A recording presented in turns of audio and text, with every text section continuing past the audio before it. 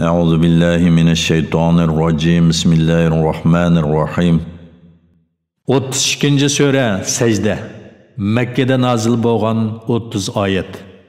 Nahayt şefqatlik, mehribon Allohning ismi bilan boshlayman. Alif lam mim. Bu kitap yana Qur'onning olamlarning Parvardigori tarafidan nazil qilinganligida hech shak yo'qdir. Mushriklar Muhammad uni o'zi to'qidi deydi.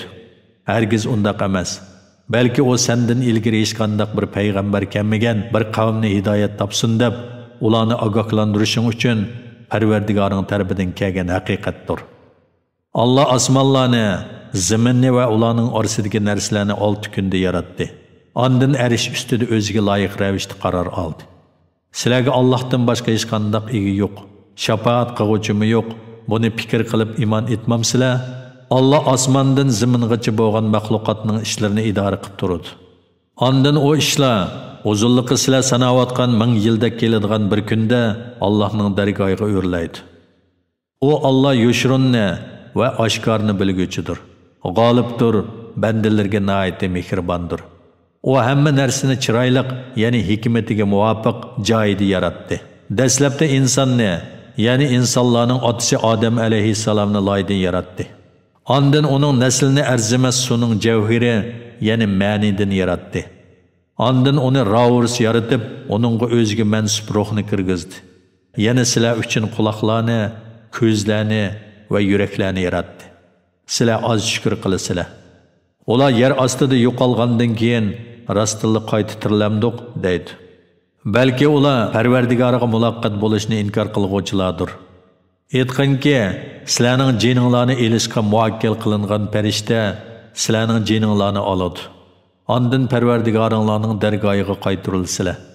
Agar sen gunohkorlarning Parvardigorining dargohida boshlarini sangiltib turganligini ko'radigan bo'lsang, albatta qo'rqinchli holatni ko'rgan bo'larding. Ular aytadi: Parvardigorimiz, ishning haqiqatini ko'rdik, angladik.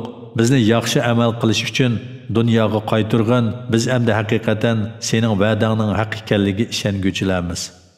Agar biz xohlasak, har bir kishiga albatta hidoyat beratdik. Lekin mening gunohkorlarni azob qilishdan iborat hukmim bekitilib bo'ldi.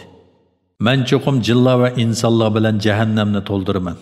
Ahli do'zaxga aytiladi: "Mushu kundagi uchrashishinglarni unutib qolganliginglar uchun bu xo'rlig'uvchi azobni tetinglar. Biz mu haqiqatan sizlarni unutdik. Qilmishinglar tufaylidan mangulik azobni tetinglar." Bizning oyatlarimizga haqiqatan shundoq kishilar iymon etadiki, ularga shu oyatlar bilan vaz-nasihat qilinsa, Allohning oyatlarini ulug'lash yuzidan Allohga sajda qilgan holda yiqiladi. Parvardigoriga tasbih aytadi. Hamda aytadi, ular Parvardigorining toat ibodatidan cho'nchilik qilib bosh tortmaydi. Ularning yonlari o'rin ko'rpidan yiroq bo'ladi. Ular Parvardigorining azobidan qo'rqib, rahmatini umid qilib uningga duo qiladi. Ularga biz rizq qilib bergan narsalardan yaxshilik yo'llarga sarf qiladi. Ularning qilgan amallariga mukofot yuzidan Allohning huzurida saqlangan va ularni xushal qiladigan katta ne'matni hech kim bilmaydi. Mu'min odam fosiq odamga o'xshamda, ular oxiratlik savobda barobar emas. Iymon etgan va yaxshi amallarni qilganlarga kelsak, ularning qarorgohi jannat bo'ladi. O ularning qilgan amallarini mukofotlash yuzidan ular uchun tayyorlangan joydir. Allohning itoatidan chiqqanlarga kelsak, ularning joyi do'zax bo'ladi. Har qachon ular do'zaxdan chiqmoqchi bo'lsa, ular do'zaxga qaytariladi. Ularga sizlar inkor qilgan do'zaxning azobini tetinglar deyiladi. Ularning tavba qilishi uchun biz ularga cho'qim eng cho'ng azobdan, ya'ni oxirat azobidan ilgari eng yaqinqi azob, ya'ni dunyo azobini tetitimiz. Parvardigorining oyatlari bilan vaz-nasihat qilingan, ondan uningdan yuz o'rgan odamdanmi zolim odam bormi? Biz gunohkorlarni cho'qim jazolaymiz. Shak shubhisizki, biz Musoga kitob, ya'ni Tavratni ato qildik. Ey Muhammad, sen Musoga muloqot bo'lishdan shaklanmagin. Biz Tavratni Isroil avlodiga yetakchi qildik. Ular kulpatlarga sabr qilgan, bizning oyatlarimizga jazman ishongan chaqda ulardan bir qism kishilarni bizning amrimiz bilan to'g'ri yo'l ko'rsatadigan peshvolar qildik. Sening Parvardigoring qiyomat kuni ularning orasida ular ixtilof qilishgan diniy ishlar ustida albatta hukm chiqaradi. Ulardan ilgari o'tgan qanchilgan ummatlarni halok qilganligimizni ular bilmamdi. Ular yani Makkaliklar, ular yani halok bo'lganlarning yurtidan o'tib turadi. Buningda bizning qudratimizning kattaligini ko'rsatadigan nurg'un dalillar bor. Ular anglamamdi. Ular ko'mamdiki, biz giyohsiz zaminga yomg'ir suyini surib ib boramiz. Onun bilan ularning hayvonlari va o'zlari yeydigan ziroatlarni undirib chiqaramiz. Ular buni ko'mamdi.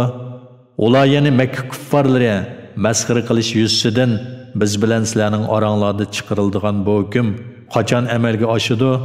Agar sizlar da'voyinglarda rostchil bo'lsanglar, etib yiqinglar deydi.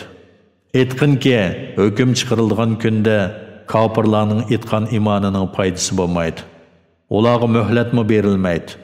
Sen ulardan yüz örgin. Sen Allah'ның ularga tushadigan azobini kutgin. Ular haqiqatan sizlarga tushadigan narsalarni kutguvchilardir.